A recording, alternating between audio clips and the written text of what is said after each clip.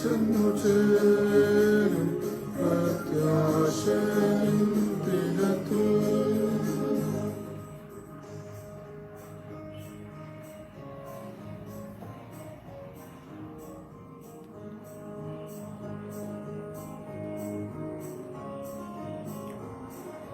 നാനൂറ്റി 30 വർഷക്കാലത്തെ മിസ്രയീം ദേശത്തെ അടിമത്തത്തിനു ശേഷം ദൈവത്തിന്റെ ദാസനായ മോശ മുഖാന്തരമായി ഇസ്രായേൽ ജനം അത്ഭുതകരമായി പെസഹ കുഞ്ഞാടിന്റെ യാഗത്താൽ വിടുവിക്കപ്പെട്ടു. അവർ ചെങ്കടൽ കടന്ന് പാറാൻ മരുഭൂമിയിലേക്ക് പ്രവേശിച്ച് പാറാൻ മരുഭൂമിയിലൂടെ യാത്ര ചെയ്യുകയാണ്. ജീവിതത്തിന്റെ വ്യത്യസ്തമായ പരീക്ഷണങ്ങളും അന്ന് വരെ കണ്ടില്ലാത്ത മരുഭൂമിയിലെ ജാതികളുമായുള്ള ഏറ്റുമുട്ടലുകളും ചൂടേറിയ മരുഭൂമിയുടെ ദീർഘനാളത്തെ യാത്രയും സഹിച്ച് അവരെ മുമ്പോട്ട് വരുന്ന സമയത്ത് നാം വായിക്കുന്നു, ദൈവദാസനായിരുന്ന മോശ വാഗ്ദത്ത ദേശമായ കനാൻ ദേശത്തിൽ പ്രവേശിക്കാൻ കഴിയാതെ അവരെ അവിടെ വെച്ച് പിസ്കയിൽ വെച്ച് അവൻ മരിക്കുകയും ദൈവം അവനെ സംസ്കരിക്കുകയും ചെയ്തു. അങ്ങനെ സംസ്കരിച്ച ദൈവദാസനാകുന്ന മോശയുടെ ശവകുടീരത്തെ സംബന്ധിച്ച് നമുക്ക് യാതൊരു അറിവും ഇന്നുവരെയില്ല. ഇസ്രായേൽ പിന്നെയും മുമ്പോട്ട് യാത്ര ചെയ്യുകയാണ്. മോശയ്ക്ക് ശേഷം ഇസ്രായേലിനെ നയിച്ചത് ദൈവദാസനാകുന്ന യോശുവയും കാലേബുമാണ്. യോശുവയാണ് പിന്നീട് വാഗ്ദത്ത ദേശം അവകാശമാക്കി ആ ദേശം വിഭജിച്ച് ഇസ്രായേലിന്റെ 12 ഗോത്രങ്ങൾക്കും കൊടുക്കുന്നത്. എന്നാൽ അവര് കനാൻ ദേശത്തിന്റെ അതിർത്തിയിൽ ചെന്ന സമയത്ത്, കനാന്റെ അതിരോട് എത്തിച്ചേർന്ന സമയത്ത് അതിന്റെ തലേ ദിവസം ദൈവം ഇസ്രായേലിനോട് ഒരു വചനം അലച്ചുകയുണ്ടായി. ആ വചനം ഇങ്ങനെയായിരുന്നു. ആവർത്തന പുസ്തകത്തിൽ അത് നാം വായിക്കുന്നുണ്ട്. ഇസ്രായേലേ, നിങ്ങൾ ഈ പർവ്വതം ചുറ്റി നടന്നത് മതി. ഇസ്രായേലേ, നിങ്ങൾ ഈ പർവ്വതം ചുറ്റി നടന്നത് മതി. 40 നീണ്ട വർഷകാലത്തെ മരുഭൂമിയുടെ ചൂടേറിയ അനുഭവത്തിലൂടെയുള്ള ആ പ്രയാണത്തിന് അവിടെ അറുതി വരാൻ പോകുകയാണ്. അടുത്ത ദിവസം നാം വായിക്കുന്നു, ഇസ്രായേൽ മക്കൾ എല്ലാവരും അവരെ വാഗ്ദത്ത ദേശമായ കനാൻ ദേശത്ത് പ്രവേശിച്ചു.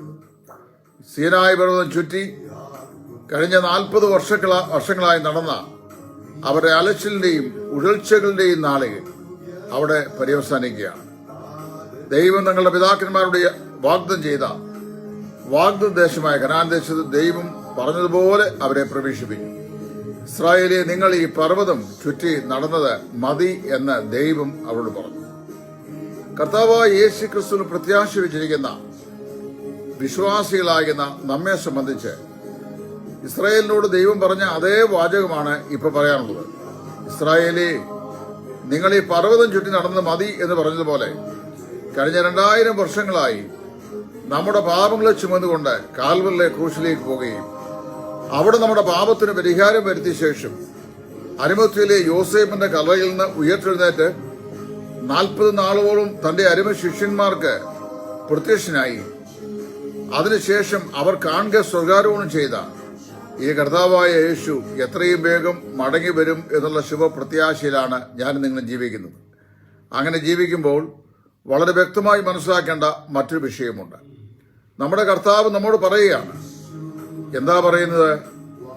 കർത്താവിന്റെ സഭയെ, കർത്താവിന്റെ കാന്തയായ സഭയെ, നിങ്ങൾ ഈ മരുഭൂമിയിൽ ഈ യാത്ര ചെയ്തത് മതി. അപ്പോസ്തലനായ പൗലൂസ് തിമോത്തിയോസിന് ലേഖനം എഴുതുന്നു. റോമൻ കാരാഗ്രഹത്തിൽ തന്നായിരിക്കുകയാണ്. കൈസറുടെ മുമ്പാകെ തന്നെ നിർത്തി വിസ്തരിച്ചിട്ട് സുവിശേഷത്തിലുള്ള ദൈവനീതി തനിക്ക് അവിടെയും ലഭിക്കുന്നില്ല എന്നെനിക്ക് ബോധ്യമായി. തന്റെ മരണത്തിന് ഏതാനും ആഴ്ചകൾക്ക് മുമ്പ് തിമോത്തിയോസിന് താൻ എഴുതിയ ലേഖനത്തിന്റെ 2-ാം ലേഖനത്തിന്റെ 4-ാം അധ്യായത്തിന്റെ 6-ാം വാക്യം അത് ഇങ്ങനെ പറയുന്നു: ഞാൻ നല്ല പോർ പൊരുതു, ഓട്ടം തികച്ചു, വിശ്വാസം കാത്തു, ഇനി നീതിയുടെ കിരീടം എനിക്കായി വെച്ചുമിരിക്കുന്നു.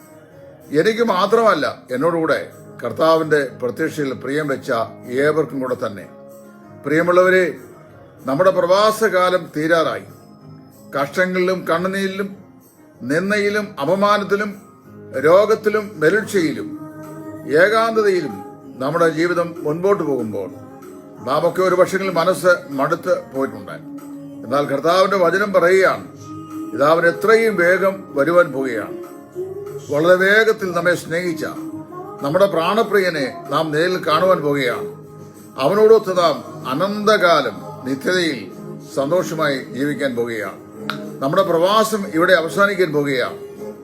ഇസ്രായേലിനോട് ദൈവം പറഞ്ഞതുപോലെ ഒരു സുപ്രഭാതത്തിൽ നമ്മോട് പറയും, ഈ പർവ്വതം ചുറ്റി നടന്നത് മതി, ഈ കഷ്ടം സഹിച്ചത് മതി, ഈ നിന്നയും അപമാനവും സഹിച്ചത് മതി, ഇതാ ഞാൻ നിങ്ങളെ ചേർത്തുകൊള്ളും എന്ന് പറഞ്ഞ് നമ്മുടെ കർത്താവ് വരുവാൻ പോകുകയാണ്. അവൻ എപ്രകാരം പോയോ അപ്രകാരം തന്നെ മടങ്ങി വരും എന്ന് നമ്മോട് പ്രസ്താവിച്ചിട്ടുണ്ട്. ലോകത്തിന്റെ സംഭവ വികാസങ്ങളെല്ലാം നമ്മുടെ കർത്താവായ യേശുക്രിസ്തുവിന്റെ മടങ്ങി വരവിന്റെ ധ്വനി നമ്മുടെ മുമ്പാകെ മുഴക്കുന്നു. നമ്മുടെ ഏറ്റവും വലിയ ആവശ്യം യേശുക്രിസ്തുവിന്റെ വരവിനായി നമ്മെ തന്നെ ഒരുക്കുക എന്നുള്ളതാണ്. വിശുദ്ധിയെ തികച്ചുകൊണ്ട് ദൈവകൃപയിൽ ആശ്രയിച്ചുകൊണ്ട് നമ്മളുടെ ഈ ലോക ജീവിതത്തിന്റെ പ്രവാസം ഇവിടെ പര്യവസാനിക്കും എന്ന് വിശ്വസിച്ചുകൊണ്ട് ദൈവസന്നിധിയിൽ കർത്താവിന്റെ സന്നിധിയിലേക്ക് പ്രവേശിക്കാനുള്ള ഒരുക്കം നമ്മിൽ ഓരോരുത്തർക്കും ഉണ്ടാകേണ്ടത് വളരെ അനിവാര്യമായ ആവശ്യകതയാകുന്നു. വെളിപ്പാട് പുസ്തകത്തിൽ യോഹന്നാന് ഈ വരുവാനിരിക്കുന്ന കാര്യങ്ങളെ വെളിപ്പെടുത്തിയ ദൈവത്തിന്റെ ദൂതൻ പറയുകയാണ്, ഇതാ ഞാൻ വേഗം വരുന്നു, ഇതാ ഞാൻ വേഗം വരുന്നു. സക്കറിയ പ്രവാചക പുസ്തകം വായിക്കുന്നു, ഏത് കണ്ണും അവനെ കുറിച്ചുള്ള വരും, അവനെ കാണും. ഇതാണ് നമ്മുടെ ഭാഗ്യകരമായ പ്രത്യാശ. തീത്തോസ് ലേഖനത്തിൽ അപ്പോസ്തലനായ പൗലോസ് പറയാണ്, നാം ഭാഗ്യകരമായ പ്രത്യാശയ്ക്കായും മഹാദൈവവും നമ്മുടെ രക്ഷിതാവുമായ യേശു ക്രിസ്തുവിന്റെ പ്രത്യക്ഷതയ്ക്കായും കാത്തിരിക്കുന്നു. നമ്മുടെ ഈ കാത്തിരിപ്പ് അവസാനിക്കാൻ പോവുകയാണ്. വളരെ വേഗത്തിൽ നമ്മുടെ കർത്താവായ യേശു ആകാശ വിധാനത്തിൽ വരികയും തന്റെ ചങ്കിലെ ചോരയാൽ വീണ്ടെടുക്കപ്പെട്ട തന്റെ വിശുദ്ധന്മാരെ തന്റെ സന്നിധിയിലേക്ക് ചേർക്കുകയും ചെയ്യും. അതോടെ ഈ കാലത്തിലെ കഷ്ടങ്ങൾ കഴിഞ്ഞു പോകും. കണ്ണുനീർ ഇനിയില്ല, സമുദ്രം ഇനിയില്ല, മരണവും രോഗവും ദുഃഖവും മുറവിളിയും ഇനിയില്ല എന്ന് പറയുന്ന ഭാഗ്യകരമായ അവസ്ഥയിലേക്ക് നാം ചേർക്കപ്പെടുവാൻ പോവുകയാണ്. നമുക്ക് നമ്മെ തന്നെ അതിനായി ഒരുക്കാം. ദൈവത്തിന്റെ പരിശുദ്ധാത്മാവ് നമ്മേവരെയും സഹായിക്കട്ടെ. ആമേൻ. പ്രത്യാശയിൻ തീരത്ത് get to heaven, what a day of rejoicing that will be, when we all see Jesus, will sing and shout the victory. See Jesus, will sing and shout the victory. ഈ ചെറിയ സന്ദേശത്തിന് ഞാൻ ബാക്ക്ഗ്രൗണ്ട് മ്യൂസിക്കായി കൊടുത്തത് അമേരിക്കയിൽ താമസിച്ചുകൊണ്ട് കർത്താവിന്റെ വേല ചെയ്യുന്ന പ്രശസ്തനായിരുന്ന bishop Mathai സാകുട്ടി എന്ന് പറയുന്ന ദൈവദാസന്റെ തൂലികത്തുമ്പിൽ നിന്ന് ഒഴുകി വീണ മനോഹരമായ ഒരു പാട്ടാണ്.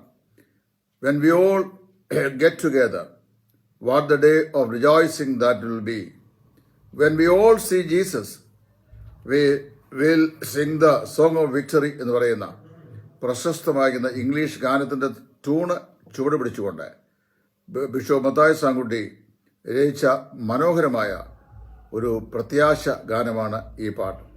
ഇത് എഴുതിയ ദേവദാസനെയും ഇത് പാടി ദൈവസ്ഥലിൽ ആശ്വസിക്കുന്ന എല്ലാ ദൈവമക്കളെയും സ്വർഗത്തിലെ ദൈവം അനുഗ്രഹിക്കട്ടെ, ആശ്വസിപ്പിക്കട്ടെ. നമ്മുടെ പ്രാണപ്രിയന്റെ വരവിനായി നമുക്ക് നമ്മെ തന്നെ ഒരുക്കുവാൻ കർത്താവ് കൃപ നൽകട്ടെ.